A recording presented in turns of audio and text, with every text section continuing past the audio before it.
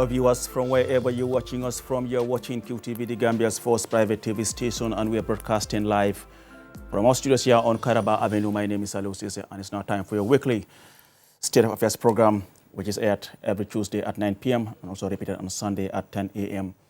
and also on Q Radio on 103.3.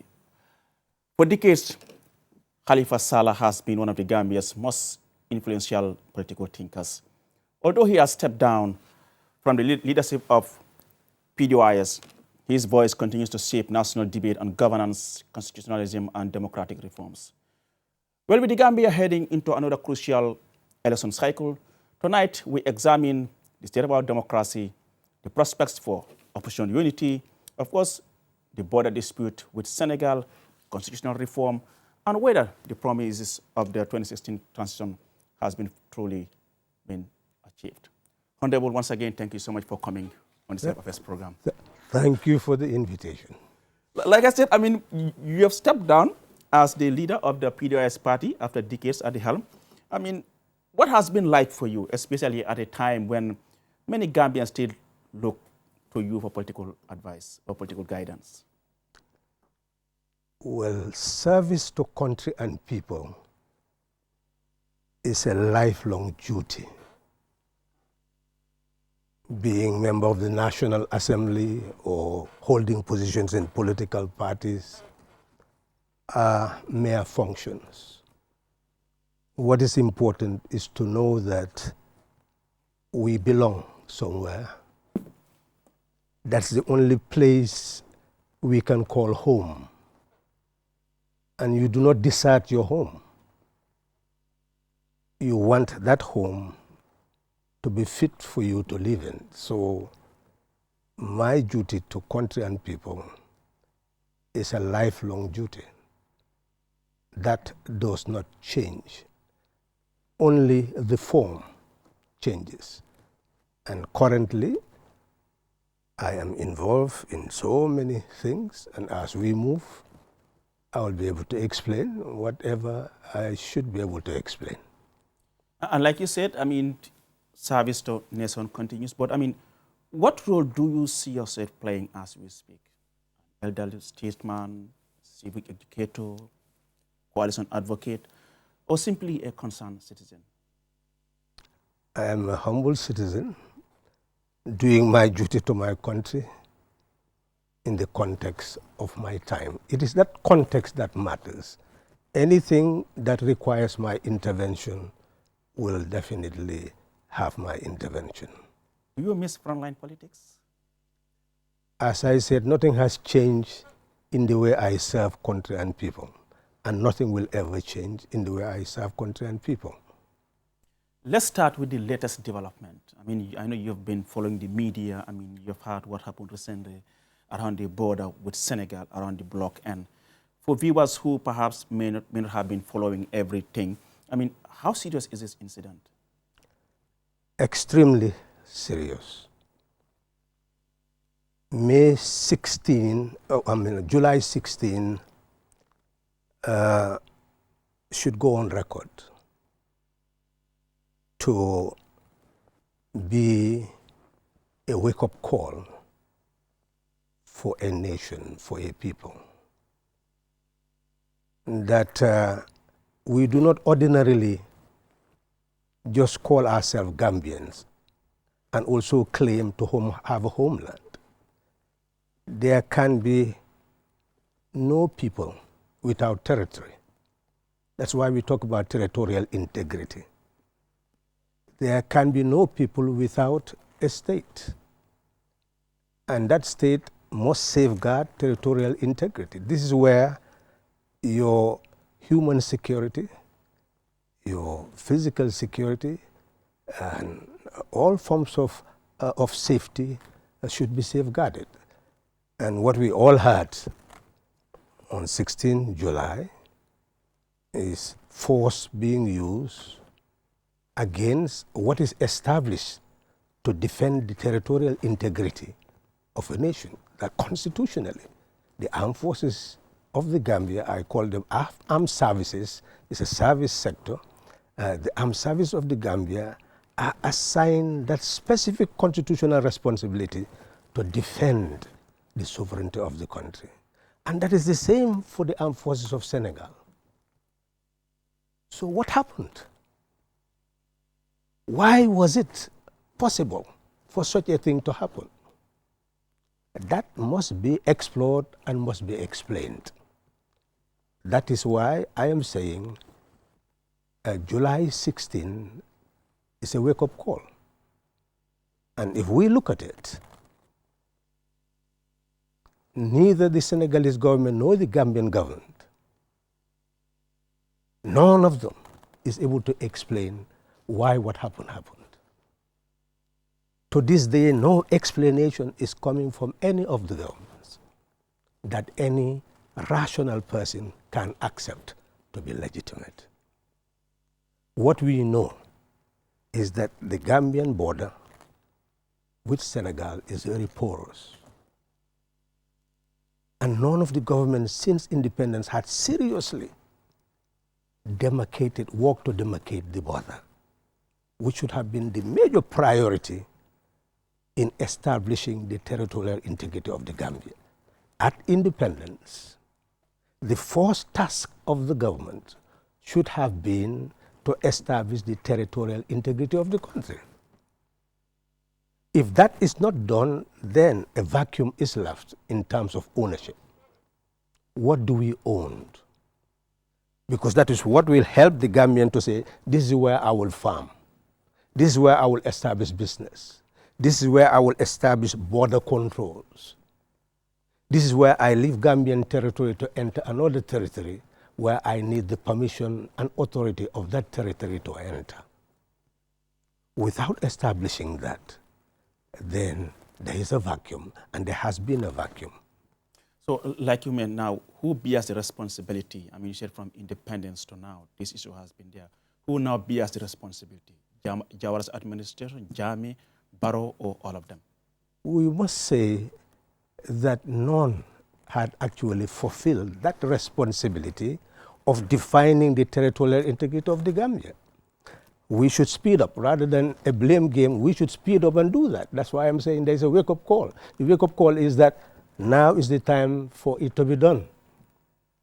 And what had happened in Bullock should not reoccur. There should be no recurrence because there is no need for it. There is no need for it in terms of Senegambia relation, no need for it in terms of both countries being part of ECOWAS, not to talk about being part of the AU and the United Nations, where all the protocols, all the charters are saying all disputes should be settled through peaceful means, through dialogue.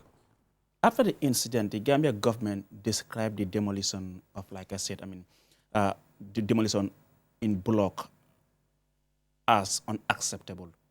While on the other hand, Senegal argues that the incident arose from what it calls a long-standing, unresolved border dispute and should not be interpreted as an attack on Gambian sovereignty.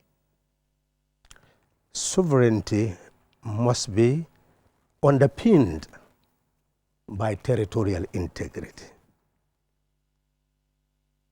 Where is the agreement ratified by the National Assembly of the Gambia or the National Assembly of Senegal saying governments had met, they've looked at international law, and international law on that is very clear. The OAU wanted to avoid disputes among the newly established African countries. It was established under the League of Nations that certain borders must be defined.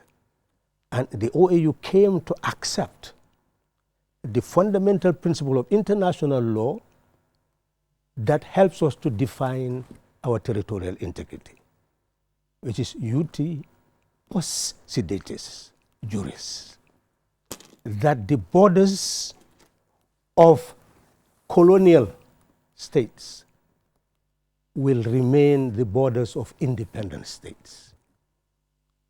It's as simple as that. The colonialists had their maps. They had to enter agreement. France and UK had to enter into agreement on the 10th of August, 1889. to define what they consider to be Gambia and Senegal. There could be other developments. That is what our two governments should have relied on to see the map that existed, establish the map that defined the colonial borders, agree to them. Do all the calculations, because mapping is calculation. If you see, when we were trying to define the territorial waters of Gambia, we had to have a bill at the National Assembly, pass it, to be able to define what we own in terms of our waters.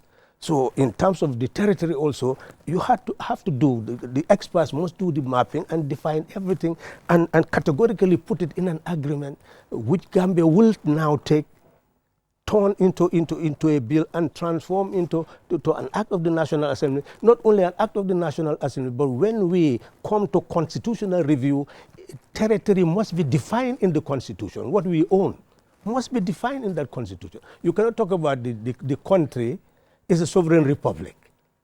What is a sovereign republic? The republic must have territory.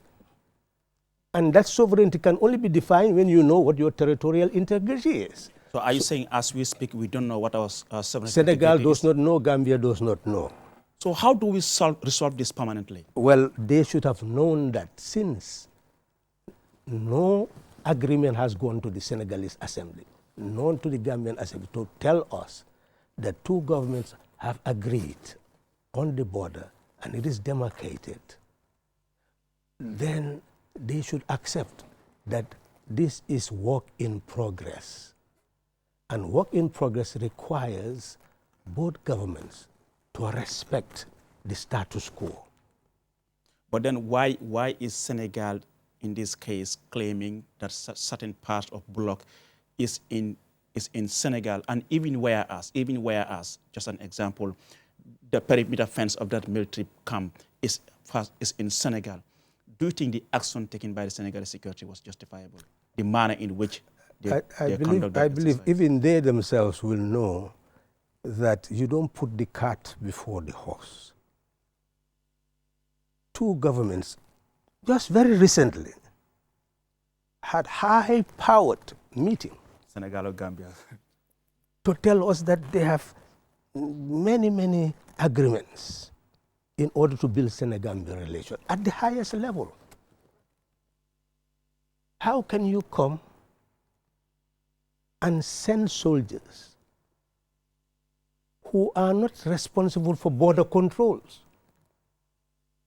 First and foremost, that itself does not stand the test of good governance. You involve soldiers at a given level of confrontation. You have people who are responsible for border controls, and your internal security, you have police or gendarme responsible for internal security. But soldiers is aggression. You're moving into action. That's confrontation. So clearly, that cannot be justified in any way. So how should not be justified in any way. How do you assess the government's handling of the entire crisis, both diplomatically and security perspective? There is no handling, because nothing is being said that shows that the two governments sat and are now discussing how to finalize the border issue. Have you heard it?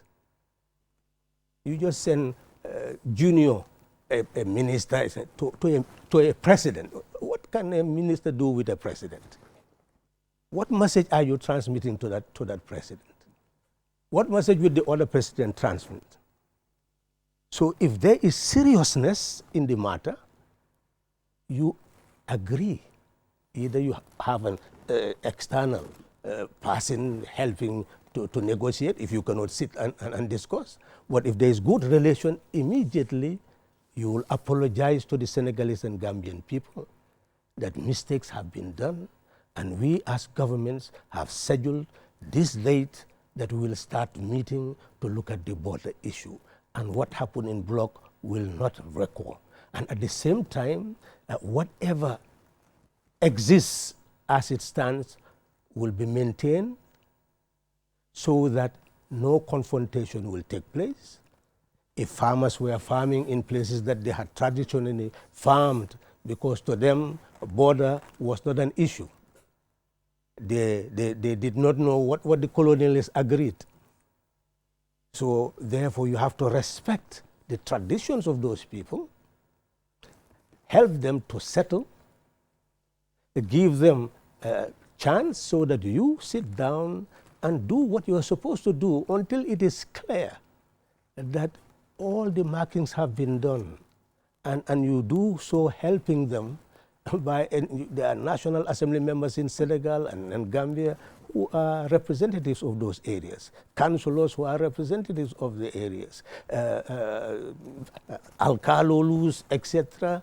So what you need to do, once the two governments agree, it goes to the level of their national assemblies, and everybody knows that this is now what is Gambian territory. As you go, you tell the people that we are doing the markings because we have agreed. Obviously, you will know who will be losing and who will be gaining because of that marking of the border. And when that is done, the two governments should exercise goodwill to help even those, if they are farmers, their own land here, now they are going to lose it. How do you help them to adjust to the new reality?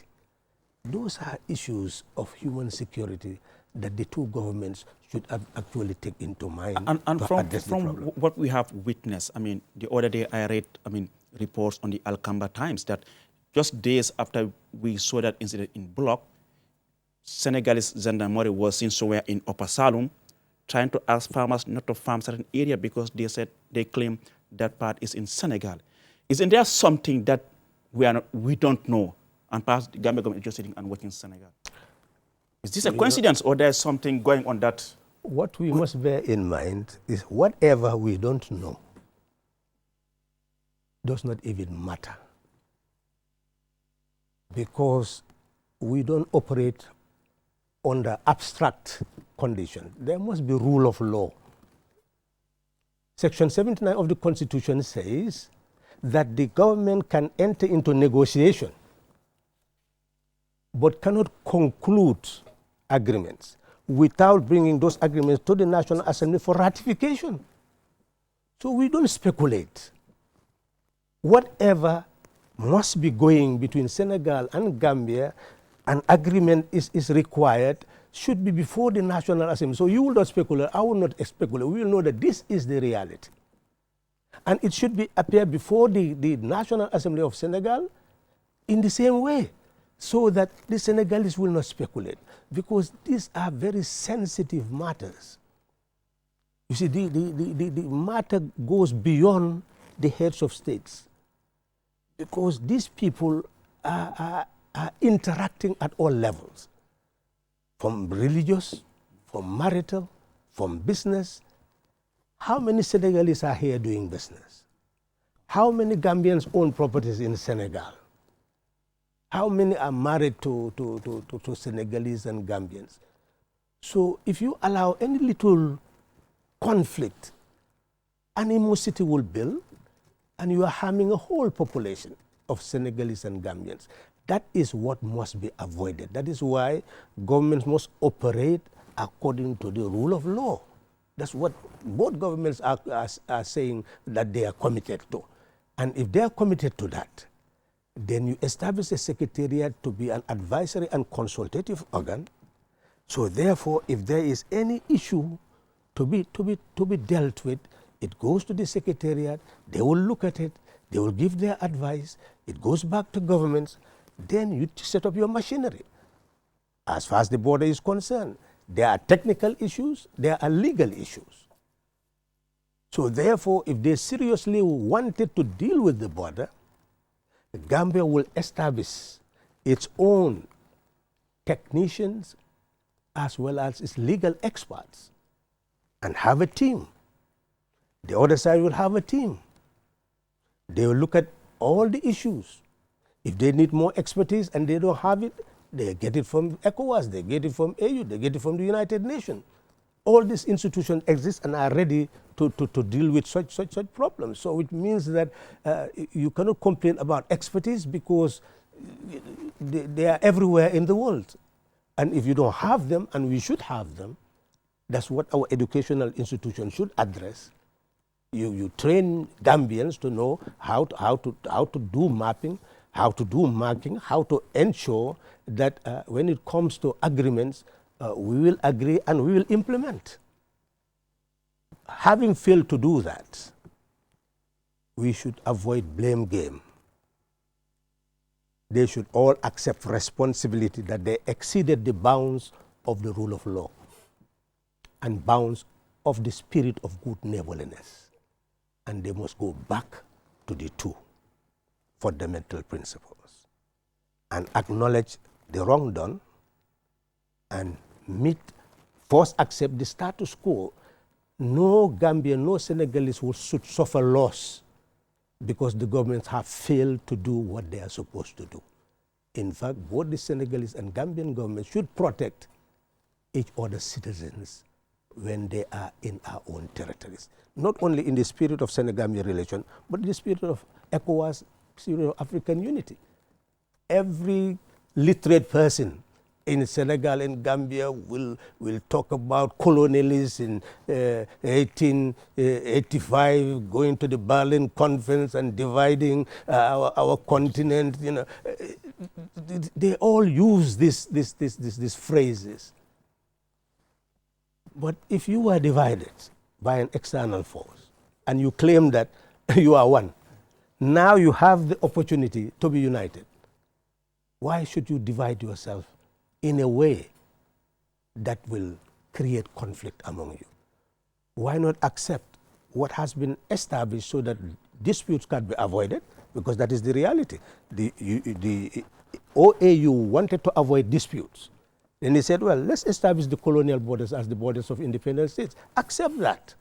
And from there, we work towards African unity, where we don't talk about borders anymore.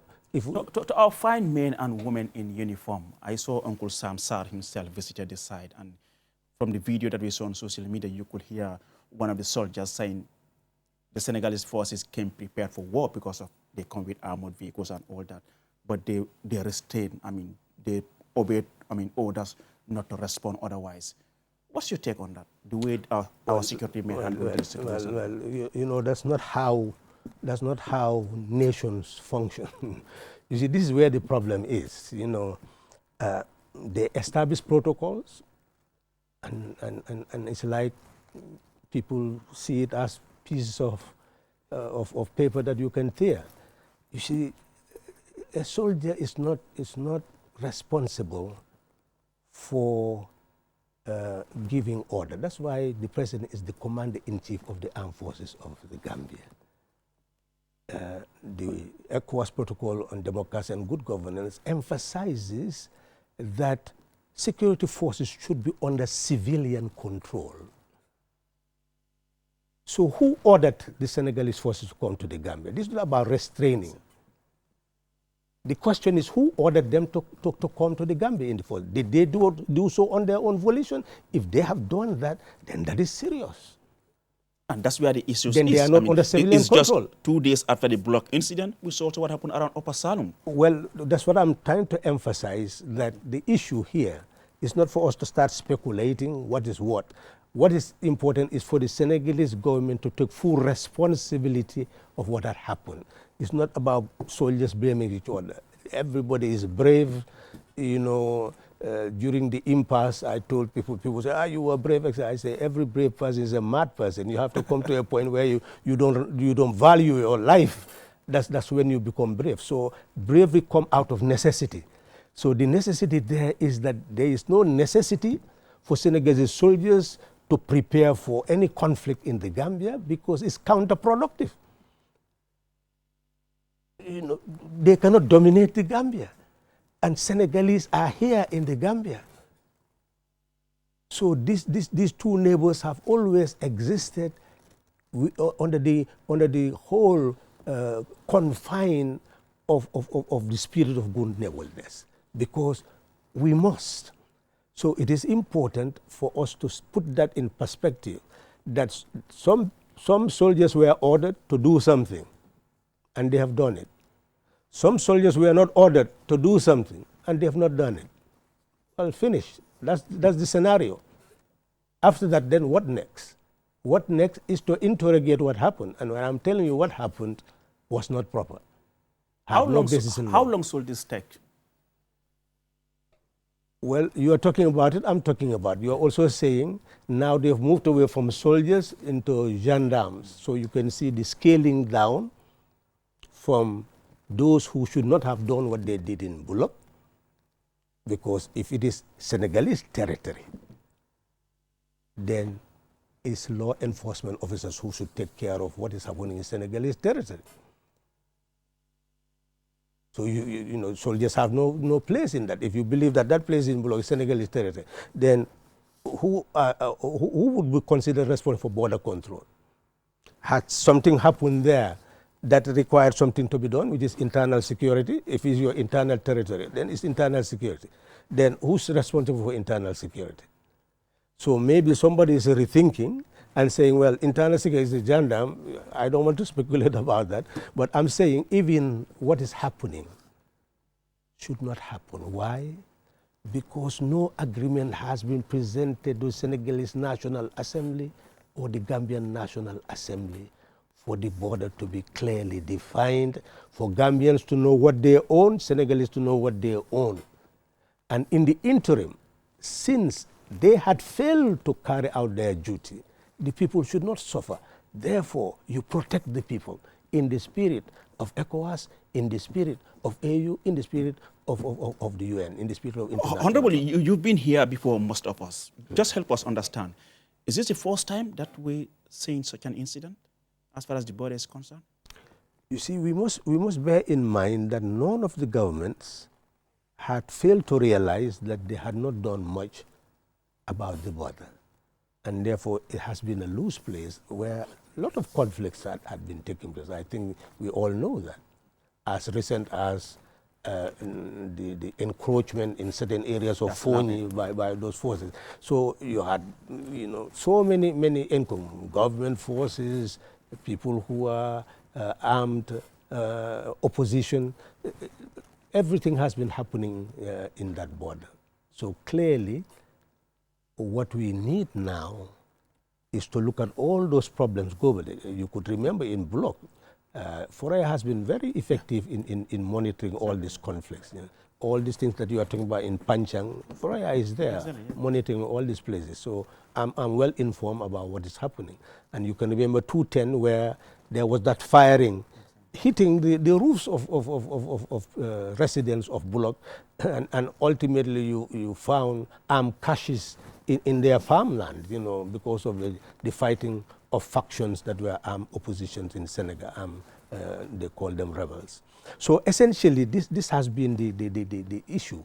The border has never really been settled, and people in the border have always had hassle. I mean, they've always they've had unsettling lives. So what is really important is to look at, I said, July 16 is a wake-up call. Let us all take this as the wake-up call. And what role do you think, I mean, statesmen like you, both in the Gambia and Senegal, can equally play in assisting the governments to make sure this is resolved peacefully? Well, you know, your material is there in your nation. And it is governments that must identify materials and say, well, whether human, financial, you identify your resource. A nation is packed up with resource. And if you are governing, that's why you govern without fear or favor, affection or ill will, because you govern to serve the interests of the people. So you look at your resource. If you see that there are certain resources that should be mobilized, human or otherwise, you mobilize them for certain actions. And that's how to resolve some of these problems. If you were to advise President Diomaye Faye and President Barrow tomorrow morning, what will be your first recommendation? First recommendation is both of them to immediately consult directly Commander-in-Chief of the Armed Forces of Senegal, Commander-in-Chief of the Armed Forces of the Gambia. Something happened in Bullock. concerning their armed forces, who gave orders, who did not give orders. Well, let them agree, this situation is not what Africa expects, it's not what ECOWAS expects, it's not what our people expect. So therefore, let us put our acts in order. Let us agree that the border is an issue and that we need to resolve with immediacy. Number one, let us accept the status quo. If our farmers have been farming in areas where we consider ultimately would fall under our terrain, well, they are our people. Let's consider them as our people and allow them to do their farming so that they will not suffer any losses. Honorable, let's move from the border to our internal political climate. Well, you asked me my recommendation. Yes. First of all, they must do that. And secondly, they must immediately accept that they will establish their teams, technical and legal, to work to check where they stopped in terms of finalizing the border issue and then pursue it with vigor to solve it as quickly as possible, informing the population what they are doing so that everybody will know the steps they are taking towards a solution to the problem. Great. So like I said, let's move from the border to our internal, political climate. I know you are following developments. Coalition discussions has resurfaced. Certainly we know election is coming up, but disagreements among parties also continue to raise questions about unity ahead of the December elections. You've been there before 2016 and before 2016 as well. Why do you still believe an opposition coalition is necessary ahead of the next election? Well, it's not about belief. We were all here in 2016, 1 month before elections. We had a convention, selected a flag bearer. 2nd December, we were told that the flag bearer won. So who knew who this flag bearer was? Where was the template that he could win an election? Where did he ever stand to be elected? So a completely new person, but by the force of necessity, that person ultimately won an election. So that's not an ordinary development. And there was an impasse. But ultimately, the person who even went to the National Assembly to extend his mandate under a state of emergency ultimately left. And the country went into the hands of the person who won. That's also not an ordinary development. So to me, the Gambia is at a crossroads. And it behoves every Gambian to sit and reflect. What is the way forward for the nation? Not about political parties and who. This moment is a moment for Gambians to reflect on their future. So should the objective be simply to defeat President Barrow or to establish a different model of governance? But I think my preamble is, I'm not focusing even the person who is there. Because, in 2016, the issue was not about the person who was there. The issue was the situation that we were in that demanded actions to be taken. So the person is immaterial. What is material is that we need a Gambian consensus. Just look at what had happened recently about the border. You need a Gambian consensus. And the person who is in office should be as concerned as those who are not in office. That we need a Gambian consensus to move forward because the world is changing and it's becoming more difficult. We all know that. So, what lessons from Coalition 2016 do you think must never be repeated? Well, that's precisely my concern. I believe that before we move into building anything, we need to know what happened. And I promise that I will tell the Gambian people what happened. This is what happened. It will be circulated far and wide. And I want those who are the coalition members, those who actually built it, to read it. If I said anything here that did not happen, it is their duty to interrogate it and tell the nation. But if we end up accepting that this is what happened, then the next conversation, what do we do? So then the front cover, the impasse. Yes. Yes. This will be circulated. And it will be discussed. It will be interrogated. It will help the debate, the dialogue that we need. It's not just let's build coalition. Is we need a national dialogue, non-partisan national dialogue on what happened in 2016 and what we ought to do to really build a Gambia that we can all claim to be our homeland, a Gambia we own. So are you saying now the debate over candidate-led, party-led is not relevant? Well, every debate that citizens are having must be seen to be relevant because it's relevant to them. I will be arrogant to say, don't have your debates. But I'm saying the key debate that I believe all Gambians should be engaged in is what happened in 2016, to know what actually came out of 2016 and how do we see it and how as a people can we be united, because we are very fragmented and divided. In 2016 we managed to unify a nation. How can we unify a nation again? On what platform?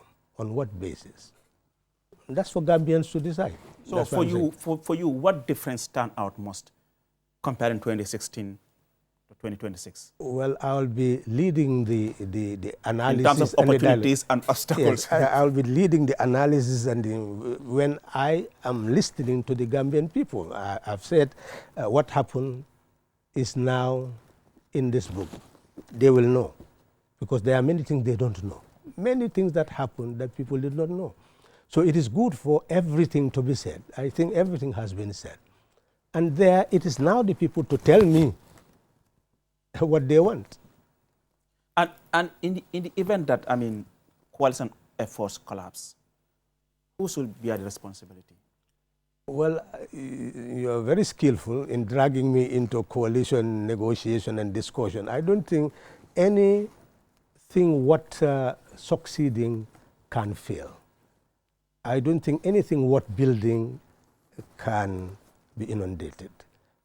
Everything that is worth building will be strong and it will stand. So to me, it is Gambians who must decide what is worth building. If they determine what is worth building, I can assure you that that will stand.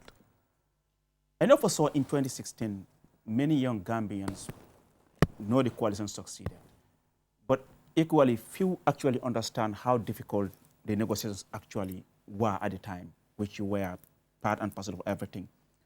What was the hardest moment for you when you look back at 2016?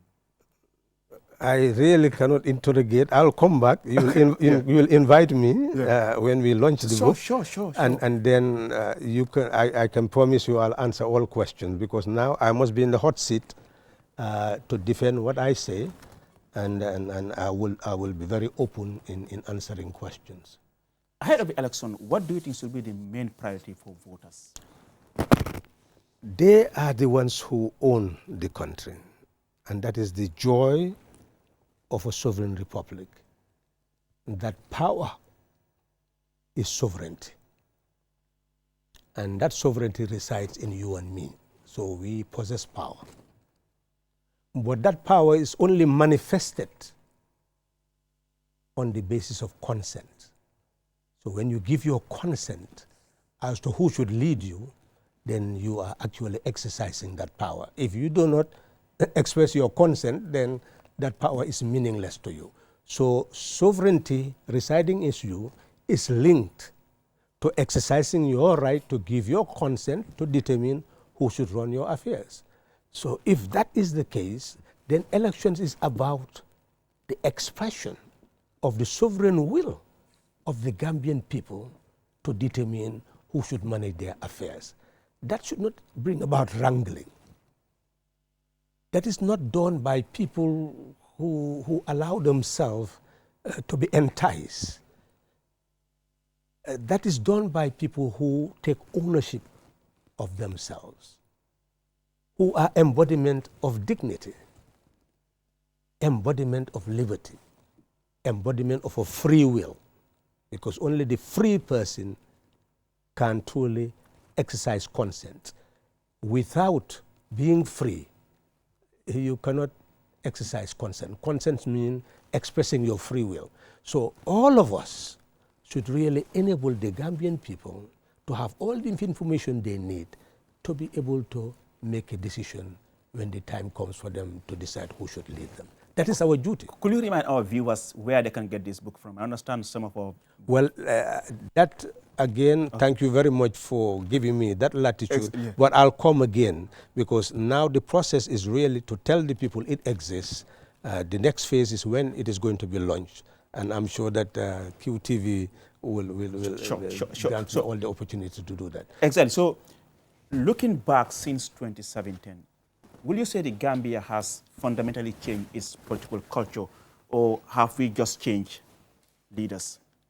Well, it's a good terrain, and I'm sure your listeners will end up being bored that I'm keeping on this mask of saying that there is still need to debate what happened in 2016. Because they're all eager to hear what your perspectives are so regarding therefore, all that is happening right now. Yes, I think it's to engage me when we launch the book, and then we move to that terrain. I definitely believe it will be more constructive if we do that, and the information base that people will have will help them to be able to digest the analysis that will be given.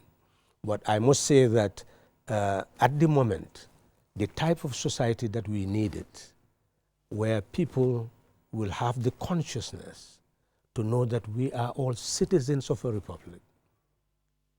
And as citizens of a republic, we are all embodiment of power of the republic. And therefore, there should be national unity, irrespective of religion, ethno-linguistic diversity, that we must, if you can remember, we used to say, one Gambia, one nation, one people. Who is saying that now? We are so divided. So I would want to come to a point again where that spirit is engendered in every one of us, that this Gambia is our Gambia. It unites us because we all own it. And no one can determine what it becomes. All of us together must determine what it becomes for the common good. It is that spirit that is missing. What worries you most about the Gambia today?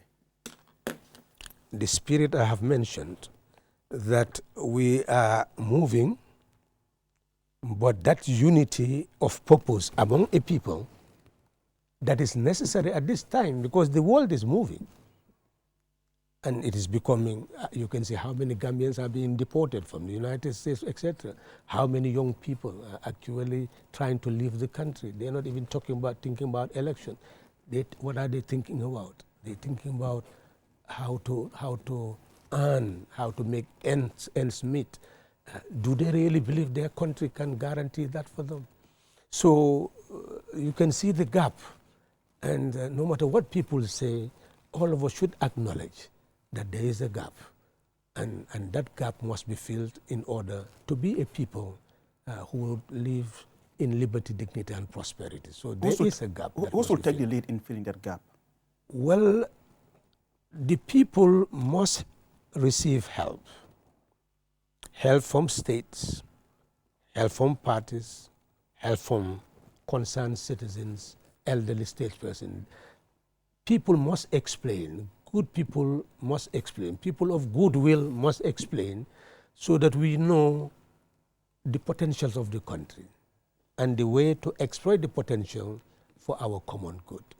We need people who will inject that spirit of love of country and people in all of us. That's a duty for all of us, and anybody can take the lead. And we must demand now that it should take a stand and take that lead. And what gives you hope? Hope must never be lost, because power belongs to us. If you don't have power, then you can lose hope. But what you are capable of doing, but for some reason you are restrained from doing it, is not something that should disorient you. You must understand that all you need is to reshape your thinking, your mindset, and everything on this earth is doable. So there is absolutely no doubt for me to actually accept that the future is not bleak. The future is Gambians bright. continue to debate whether the country has achieved the reforms many expected in 2017. I mean, victory achievements since 2017 deserve, that recognition, regardless of who receives the credit. Well, as I said, is this moment for us to look for credit? I'm not ready yet to interrogate the current order under the current perspective, because we brought about change in 2016 for a purpose. So I would want the Gambian people to interrogate that purpose. Some are even saying that, well, the coalition focused merely on removing ex-President Jammeh, and nothing else was thought about. Was that true? Is that still a true thing to say? So the reality is we need to understand what actually happened and then compare whether what we aspire to do has actually been done. I think it's fairer to do that. But I am confident that where we came from, just imagine, you talk about the border issue, and can you imagine thinkers since 1919 thought about how to build an Africa that even our leaders today are failing to do. They emphasize that the land must be owned by the people,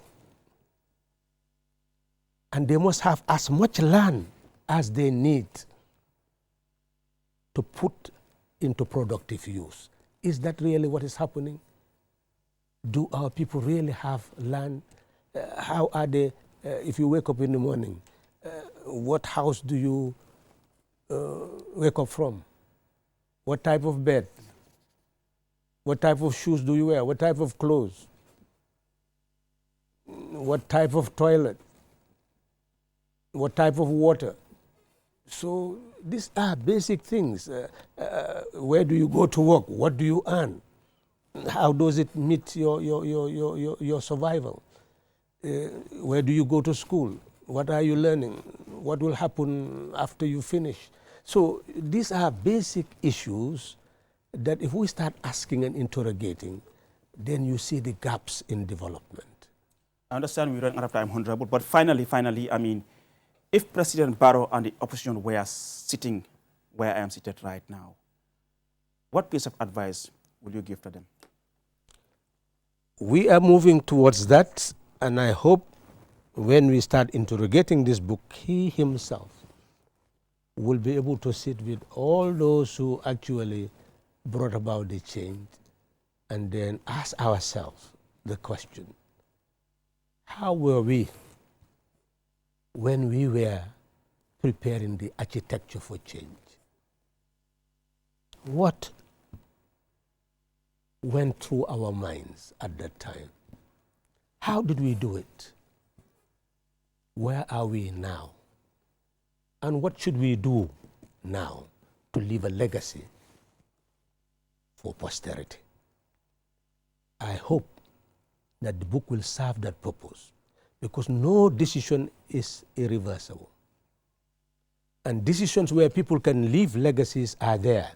Difficult to make, but if we make them, we do become people who people can never forget. We leave unforgettable legacies. And I hope that we are moving towards that trajectory to build a nation with spirit, with hope, with a sense of purpose and a sense of mission, a sense of vision. I am convinced that we are capable of igniting a new spirit to move towards the Gambia that we all want, the Gambia that can save all of us, the Gambia that can guarantee our dignity, liberty, and prosperity. Thank you so much, Honorable HALIFA SALLAH, for your time. And like he said, please try to get a copy of this book. I mean, you'll get to know more that you have never had Honorable SALLAH discussed, even on media interviews. And I hope, I mean, Honorable SALLAH, the book will be available very soon. I'm sure people are very keen to know where they can get a copy, and I'm sure, you know, you will get updates as far as the book is concerned. Once again, Honorable, I am so grateful. Thank you so much for coming on the program. I mean, anytime when I reach out to you just on the phone, you are always available. I'm quite grateful for that. That means a lot for me. Thank you so much once again. Very much. Thank Well, viewers, with that, we bring an end to this week's edition of your weekly State of Affairs program. I was your host, Ali Sise. Do join us next week. Until then, bye-bye from me and the entire team.